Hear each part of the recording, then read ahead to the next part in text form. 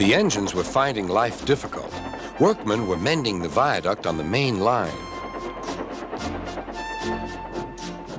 The arches needed strengthening. Sir Topham Hatt did not want to close the railway while the work was done, and so repairs took a long time.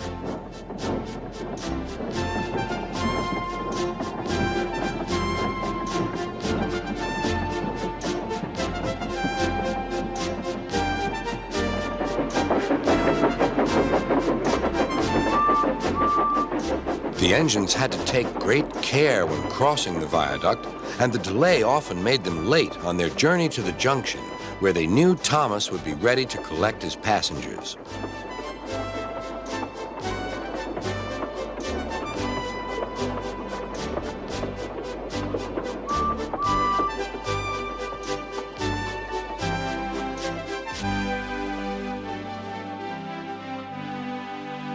Thomas grew crosser and crosser. "Time's time," he grumbled. "Why should I keep my passengers waiting while Henry and James dawdle about all day on viaducts?"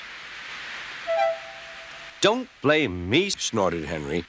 "If we hurried across the viaduct, it might collapse. And then you'd have no passengers at all. What would you do then?" "Run my train on time, for one thing," retorted Thomas. He hurried away before Henry could answer. Bertie was impatient too. He was timed to arrive just after Thomas. His passengers found that instead of going straight from the bus to their train, they were kept waiting till Thomas arrived. Soon Bertie grew cross with Thomas. "Late again," he remarked, as Thomas panted wearily in.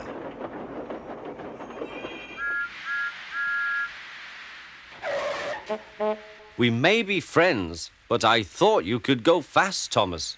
Thomas let off steam loudly. "Rubbish!" he hissed fiercely. "It's those main line engines. They dither about on the viaduct, and they blame Sir Topham Hatt's workmen. It's just an excuse for laziness, if you ask me." One day, James was later than ever at the junction. "I'm sorry, Thomas," he puffed. "I was held up at the station, and the viaduct made it worse." "It's lucky for you I'm a guaranteed connection," grumbled Thomas. Before James could answer, he puffed importantly away. Come along," he panted to the coaches. Annie and Clarabelle did their best, but Thomas soon found that he couldn't save much time. 5 minutes later. "What's the matter?" asked Thomas. "You should be at the station by now. You're late." "I feel dreadful," moaned Bertie. "All upset inside, and driver says he can't make me better." "Thank goodness you're... Can you take my passengers, please? They'll never get home otherwise." "Of course," agreed Thomas. He now felt sorry for Bertie and promised to get help at the next station. Thomas set off again. Already he felt much more cheerful, and Bertie's passengers, traveling in Annie and Clarabelle, all reached home safely. A little later.